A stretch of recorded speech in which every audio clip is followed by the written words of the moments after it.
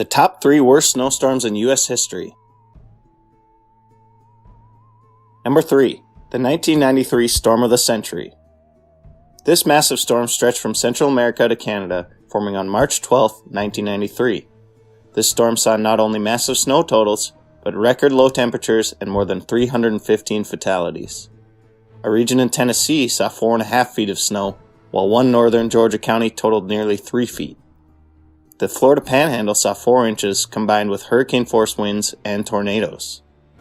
Roughly 40% of America was impacted by the storm in some fashion, and over 100 boats in the Gulf of Mexico required rescue. Number 2. The Great Appalachian Storm of 1950.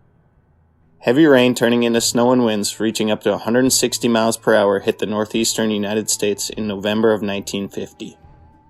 Over 380 people were killed in this massive event that impacted 22 states.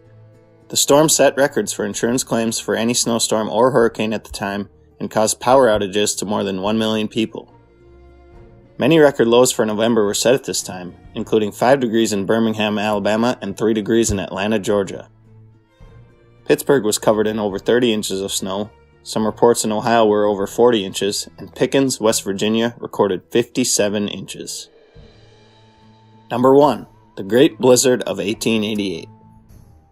The Great Blizzard of 1888, also known as the Great White Hurricane, was another massive snowstorm that hit the northeastern United States as well as southern Canada.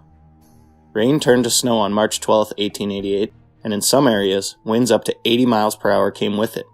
Around 400 fatalities were recorded as nearly every public service was crippled for days. Snowdrifts of 30 to 40 feet were seen all across New England, with the highest being 52 feet in Brooklyn, New York. The fires that followed alone caused nearly $725 million in damage. Please like and subscribe for more.